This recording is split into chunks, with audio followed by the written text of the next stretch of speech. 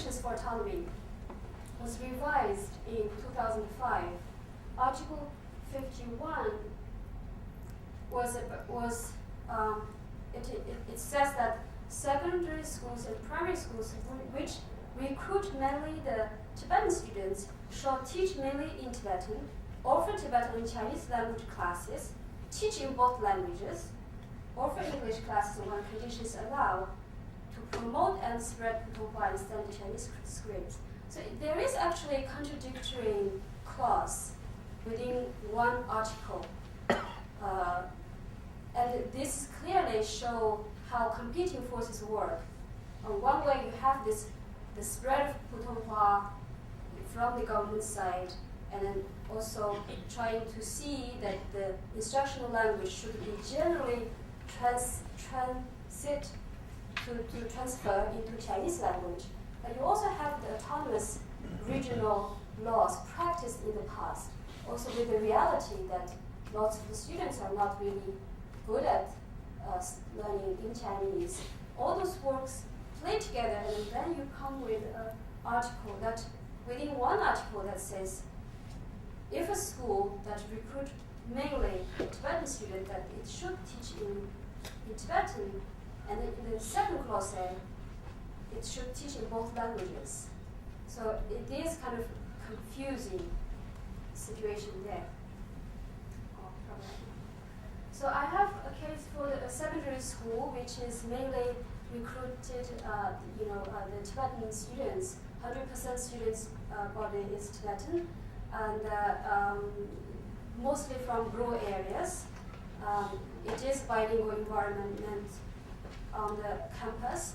It claims to be Chinese medium teaching, but lots of time they are not even able to offer Chinese medium teaching. It is a mixed code teaching, using both languages. I have tried to collect my data in a way. So textbooks are available in Chinese only. Actually, if you talk with the students and teachers, they all agree that it is more benefiting for the students if they are taught in Tibetan, but we're not able to do so. And if you go into the school and you see the sort of the hidden policy, what really matters inside the school, that all postures are important, school fee note, sort of regulations for the teachers, everything, it is Chinese, and it gives a sort of a superior status to Chinese.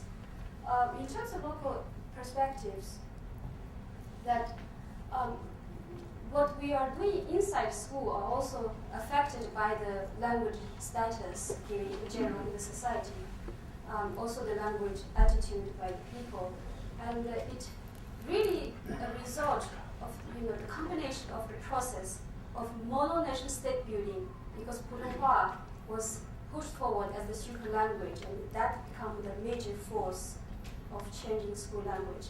And also you have the other counterforce of existing autonomous regional rights that you have a right to use your language, etc. And there is another, of course, thing that you can't avoid is there's always association of Tibetan language with local nationalism. That's why leaders were hesitant to declare about supporting of mother tongue instruction. And there is the whole area is also going through the monetization. You always hear the school says we provide Chinese teaching so that the students probably will be better prepared in job marketing, etc., etc. But there is actually a very interesting thing about bilingual education, the concept itself. Different people use this language, they use concept for different purposes. And bilingual education at one time can mean using Chinese to teach. So you have a language, Tibetan language class. Or it can mean Tibetan medium teaching or the mixed code teaching. But different groups, even different leaders, when I want to promote Tibetan medium teaching, because it is so easily to be accused if I say I promote Tibetan medium teaching, I use the safe word of bilingual education. If one wants to promote Chinese medium teaching, again, it's a safe box if you just use bilingual teaching. So bilingual education is kind of a sort of political correct word in all these autonomous regions, but probably not so in elsewhere.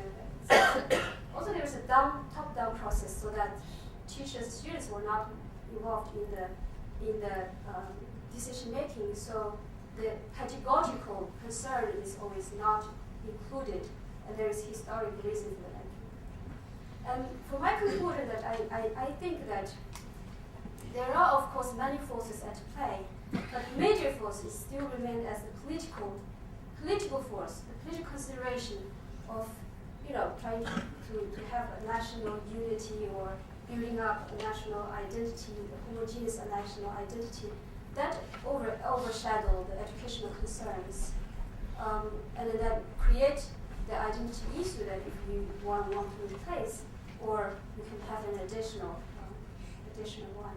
And then my suggestion is that there is a need to review the framework for minority language policy and definition of the national identity. Again, that even there is tendency of pushing the autonomous regional rights to the shrinking status, but it still should be the space for identity representation and the means for equal educational opportunity and outcome. Finally, this is a photo that I took when I was one of the school, and you always see this if you travel there. You have Chinese on one side and Tibetan on another side, and those are the slogans like "Study for Future," etc. But in whose language? This is my point. Thank you.